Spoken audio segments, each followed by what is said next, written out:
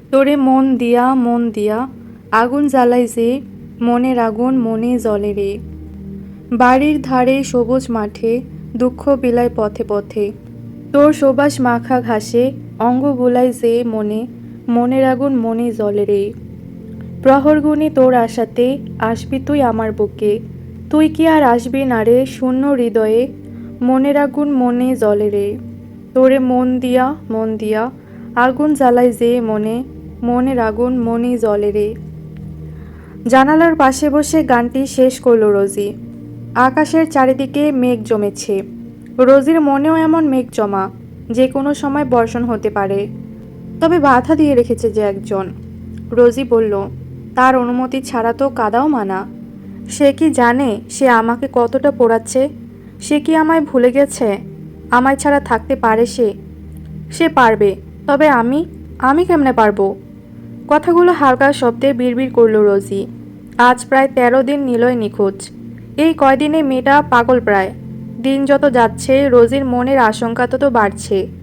একবার ভাবে নিলয়ের শত্রুরা নিলয়কে কিছু করলো না তো? নাকি লোকটা কোথাও আটকে গেল? নাকি লোকটা তাকে ভয় দেখাচ্ছে? কিন্তু ভয় দেখাবে কেন? সে তো কিছু করেনি, তার প্রেমে মশগুল ছিল। এগুলোই ভাবছে। তবে একটা কথা, রেদওয়ান বাড়িতেই আছে, কিন্তু রোহিত নেই। রোহিত নিলয়ের সাথেই আছে তার মানে।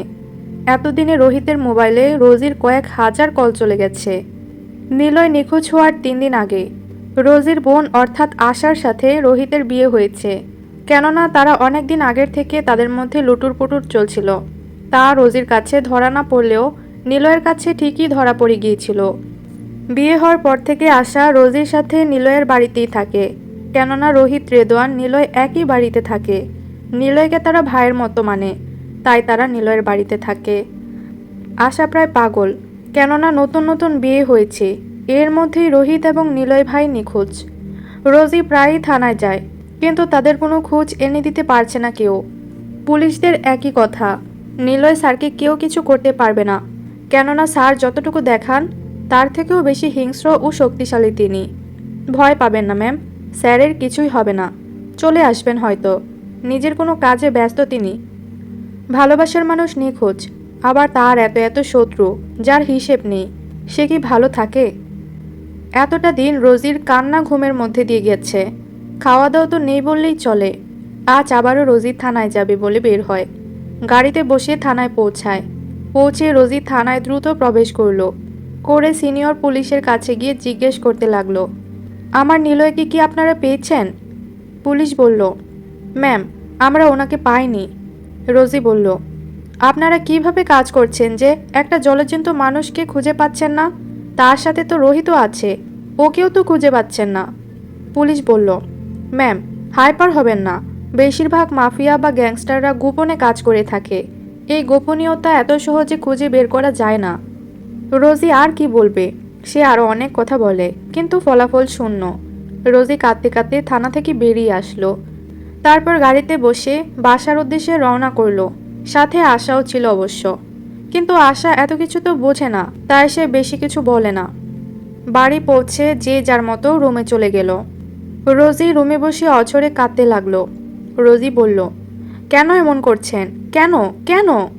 রোজি নিজের পেটে হাত দিয়ে বলল, বাবুই, তুই টেনশন করিস না। তোর বাবার কিছু হবে না। সে আমাদের ছেড়ে যেতে পারে না। সে পিছুপা হবে না বাবুই। বলেই কাঁদতে লাগলো। এই 12টা দিনের প্রত্যেক দিন রোজি এমনই করেছে। এটা যেন একটা রুটিনের মতো হয়ে গেছে। ঘুম থেকে উঠে থানায় যাওয়া, থানা থেকে এসে অঝরে কান্না, তারপর রাত্রে কান্না করতে করতে ঘুমিয়ে পড়া। পরদিনও এমনভাবেই চলতে থাকে। এমনি এমনি কেটে গেল আরও 4 দিন। এতদিনের কান্না, না খাওয়া, সারাক্ষণ টেনশনের মধ্যে থাকার কারণে রোজির শরীর আজ অনেক খারাপ বললে ভুল হবে। রোজির শরীর আরও আগে থেকেই খারাপ। যেহেতু রোজি প্রেগনেন্ট, তার মধ্যে এত মানসিক চাপ। রোজির শরীরটা কুলিয়ে উঠতে পারছে না। বিছানা থেকে ওঠার শক্তি সে পাচ্ছে না। তাই সে শুয়ে রইল জড়বস্তুর মতো। লাগছে তার দেহে প্রাণ আছে, কিন্তু মনটা নেই। আজ 2 দিন রোজি থানায় যাচ্ছে না। আজ হঠাৎ রোজির নামে একটা পার্সেল আসলো। শিউলি পার্সেল নিয়ে রোজের কাছে দিয়ে আসলো।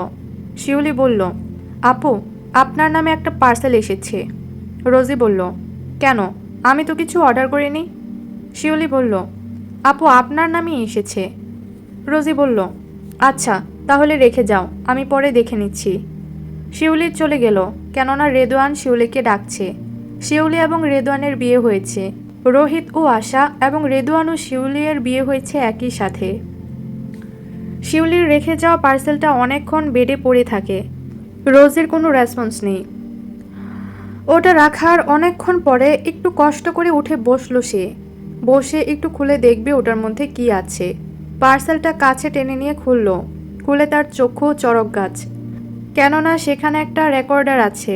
এখন রোজি ভাবছে রেকর্ডারটা কার, আর কেই বা দিয়েছে। রোজি কোনো কিছু না ভেবে রেকর্ডারটা চালু করলো। তখনই হঠাৎ নিলয়ের কণ্ঠ ভেসে আসলো, তবে কথা কম, গোলাগুলির শব্দ বেশি শোনা যাচ্ছে। রোজির বুকটা ধক করে উঠল। সে বুঝে গেছে নিলয় বিপদে আছে। নিলয় বলছে, জান, একদম ভয় পাবে না। আমি জানি আমাকে নিয়ে টেনশন করবে তুমি। নিজের এবং আমার বাচ্চার খেয়াল রাখবে। আর আমি একদম ঠিক আছি। আমি এত কাঁচা খিলাড়ি না যে আমি হেরে আসব। আমি জিতে আসব, একটু সময় লাগবে। আর আমি জলজ্যান্ত তোমার সামনে দাঁড়াবো। এতটুকুই ছিল রেকর্ডারে। তবে রোজির এখন ভয় আরও বেশি বেড়ে গেছে। সে ভাবছে নিলয়ের যদি কিছু হয়ে যায়।